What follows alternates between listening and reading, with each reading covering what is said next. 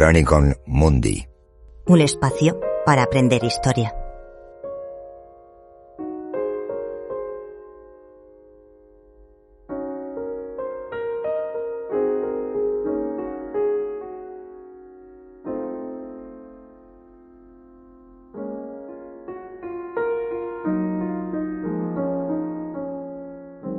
Bienvenidos. En análisis anteriores hemos recorrido la convulsa proclamación de la Primera República, los primeros compases de esa guerra civil que amenazaba con desgarrar el país. Sí. Hoy nos vamos a zambullir de lleno en un año que es decisivo, 1874. Un año que lo cambia absolutamente todo en la Tercera Guerra Carlista. Sí, es un año de una intensidad dramática increíble. Las fuentes que manejamos nos pintan un panorama de todo o nada. Los carlistas, con su rey Carlos VII a la cabeza, de repente sienten que la victoria está a su alcance. Que pueden ganar. Y lanzan su ofensiva más ambiciosa. Mientras, claro, la República se desangra, no solo en el frente norte, sino por sus propias divisiones internas. 1874 es el año de los grandes asedios, de batallas que son auténticas carnicerías y al final de un giro de guión que nadie se esperaba. Pues vamos a desgranarlo, porque la historia de este año es la historia de cómo una guerra pudo ganarse y perderse en cuestión de meses. Y todo empieza, como dices, con un objetivo clave, una obsesión para los carlistas, la ciudad de Bilbao. ¿Por qué era tan importante? Bilbao lo era todo, estratégica y simbólicamente.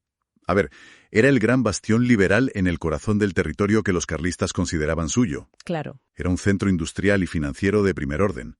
Y su puerto, pues era la principal vía de comunicación del norte con el exterior. La ventana al mundo. Exacto. Para los carlistas, tomar Bilbao no era solo una victoria militar, era una forma de asfixiar económicamente a sus enemigos y, sobre todo, de obtener el reconocimiento internacional que tanto necesitaban. Con Bilbao en su poder, Carlos VII podría decir a Europa: yo controlo el norte industrial, soy un estado viable. Entendido. El premio era enorme. Así que, en diciembre de 1873, ponen en marcha el asedio. ¿Cómo lo plantean? Y, sobre todo, ¿qué se siente al estar dentro de esa ciudad cercada? Pues el plan carlista es un cerco total. Cortan todas las comunicaciones, terrestres y fluviales, y empiezan a bombardear la ciudad sin piedad. Las fuentes describen 125 días de puro infierno para los bilbaínos. ¿125 días? Sí. El general carlista al mando, Joaquín Elío, estaba convencido de que la ciudad caería por agotamiento. Dentro, la situación se vuelve desesperada, la comida escasea. Me imagino que los precios se dispararían. Se pagaban fortunas por un trozo de pan. Las enfermedades empiezan a hacer estragos. Pero lo más terrorífico, según cuentan, era el bombardeo constante. Las bombas caían día y noche, destruyendo edificios, sembrando el pánico. Es un asedio moderno en el sentido de que el objetivo no es solo la guarnición, es quebrar la moral de la población civil. Claro. Desde Madrid, un gobierno republicano que ya era débil de por sí no podía permitirse el lujo de que cayera Bilbao. La respuesta era inevitable, supongo. Exacto. Era una cuestión de supervivencia para la República. Reúnen a duras penas un ejército de unos 50.000 hombres y lo ponen al mando del propio presidente del gobierno, el general Serrano. Vaya. Su misión es marchar hacia Bilbao y romper el cerco, a cualquier precio. Pero claro, los carlistas los esperaban en el Valle de Somorrostro. Y los carlistas han convertido eso en una fortaleza. Una fortaleza formidable. Llevaban meses cavando trincheras, construyendo fortines en las montañas que rodean el valle, controlaban todas las alturas. El terreno, además, era un barrizal por las lluvias. Para el ejército republicano, avanzar por allí era como intentar escalar un muro bajo un fuego incesante. Y aún así, lo intentan. Y lo intentan. En febrero de 1874, Serrano ordena el primer asalto. El resultado es una masacre. Estamos hablando de un ataque frontal a la vieja usanza contra posiciones atrincheradas. Suena a suicidio. Y lo fue.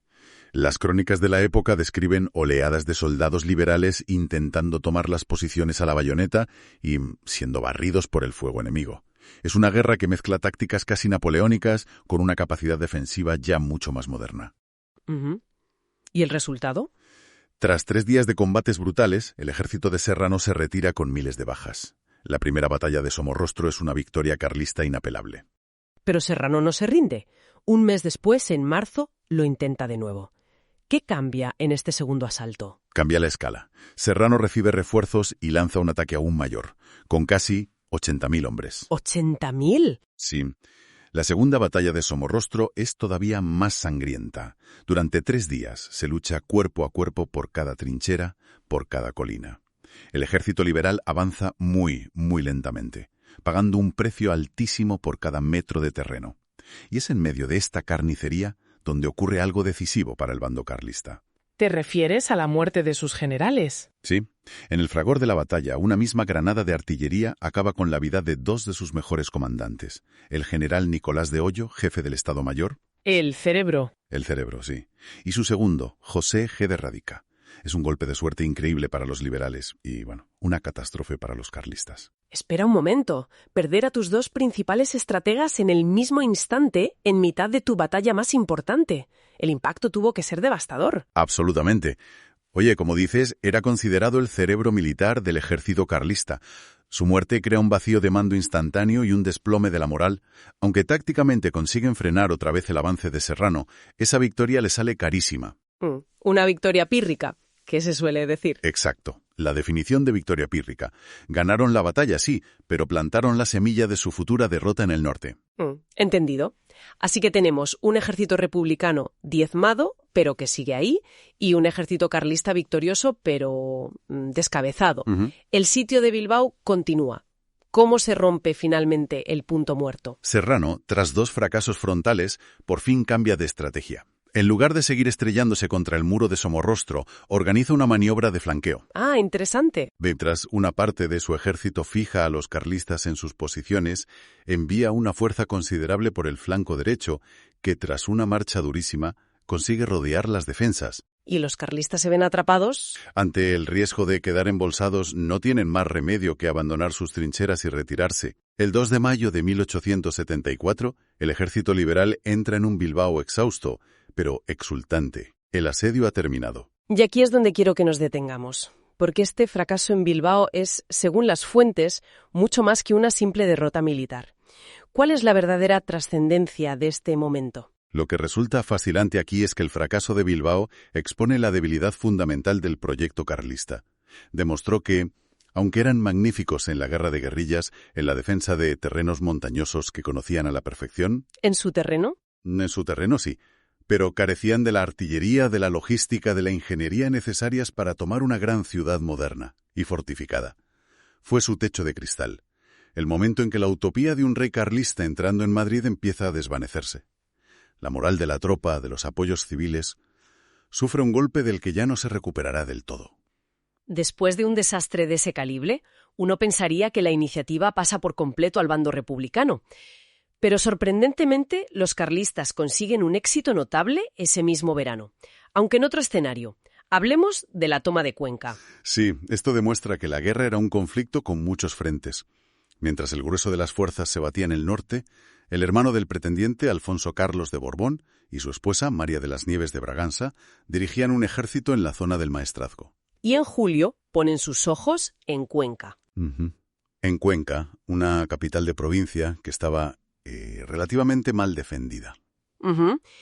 Y la toman. Pero las fuentes no hablan de una simple conquista. Hablan de un saqueo. Esa palabra tiene connotaciones muy oscuras. ¿Qué ocurrió realmente en Cuenca? Lo que ocurrió fue una catástrofe, sobre todo para la propia causa carlista.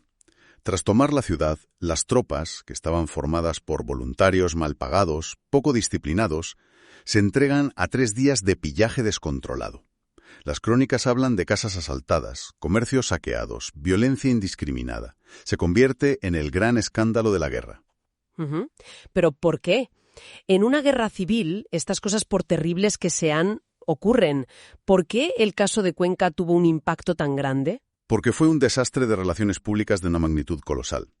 La prensa liberal, obviamente, lo utilizó para pintar a los carlistas como una horda de bárbaros. Claro, era propaganda perfecta para ellos. Pero lo más importante es que el saqueo horrorizó a muchos conservadores moderados de toda España, que, hasta ese momento, podían haber visto el carlismo con cierta simpatía, como una opción de orden frente al caos republicano. Después de Cuenca, esa posibilidad se esfuma. Pierden toda credibilidad. Pierden cualquier pretensión de ser una alternativa respetable.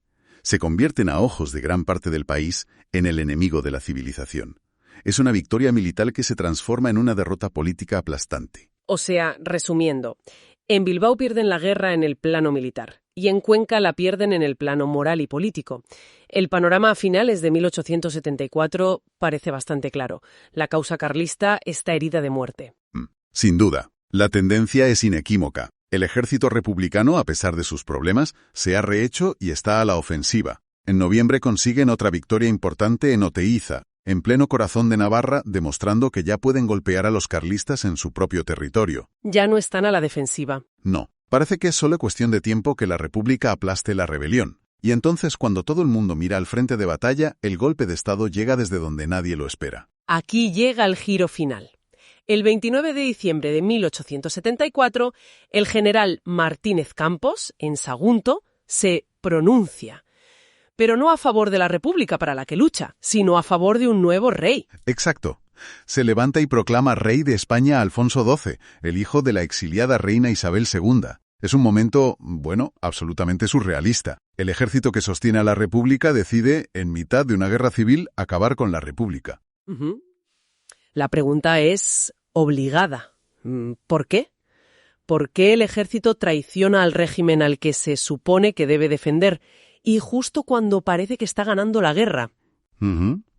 Esto nos lleva a la clave de todo el periodo.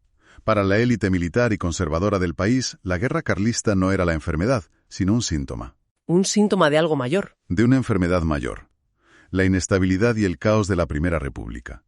Habían llegado a la conclusión de que la República era un experimento fallido, incapaz de garantizar el orden.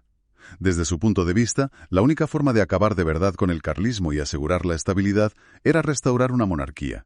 Una monarquía fuerte, predecible y liberal conservadora. Es una lógica implacable. No se trata de rendirse a los carlistas, sino de cambiar de arma para combatirlos mejor. Un rey, Alfonso XII, contra otro rey, Carlos VII. Precisamente. El pronunciamiento de Martínez Campos no es un acto de debilidad, es de un pragmatismo brutal.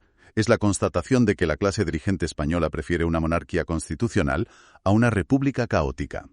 Creen que la figura de un nuevo rey unificará al país, atraerá a los conservadores descontentos y permitirá concentrar todos los recursos del Estado en aniquilar militarmente de una vez por todas la insurrección carlista. ¡Qué año tan increíble! Empieza con la mayor ofensiva carlista en Bilbao y termina no con su victoria ni con la de la República, sino con la restauración de la monarquía borbónica. El tablero de juego se reinicia por completo. Así es. 1874 es el año en que los carlistas pierden su oportunidad de oro. Fracasaron cuando su enemigo estaba más dividido y débil. A partir de este momento ya no lucharán contra una república inestable, sino contra una monarquía restaurada con un amplio apoyo social y un ejército cada vez más profesional y decidido a terminar la guerra. El final estaba escrito. En nuestro próximo análisis exploraremos precisamente eso, cómo se desarrolló la fase final de la guerra a lo largo de 1875 y cómo la causa carlista fue finalmente derrotada. Será un placer desgranar el principio del fin de un conflicto que marcó a fuego la historia de España. Gracias por acompañarnos.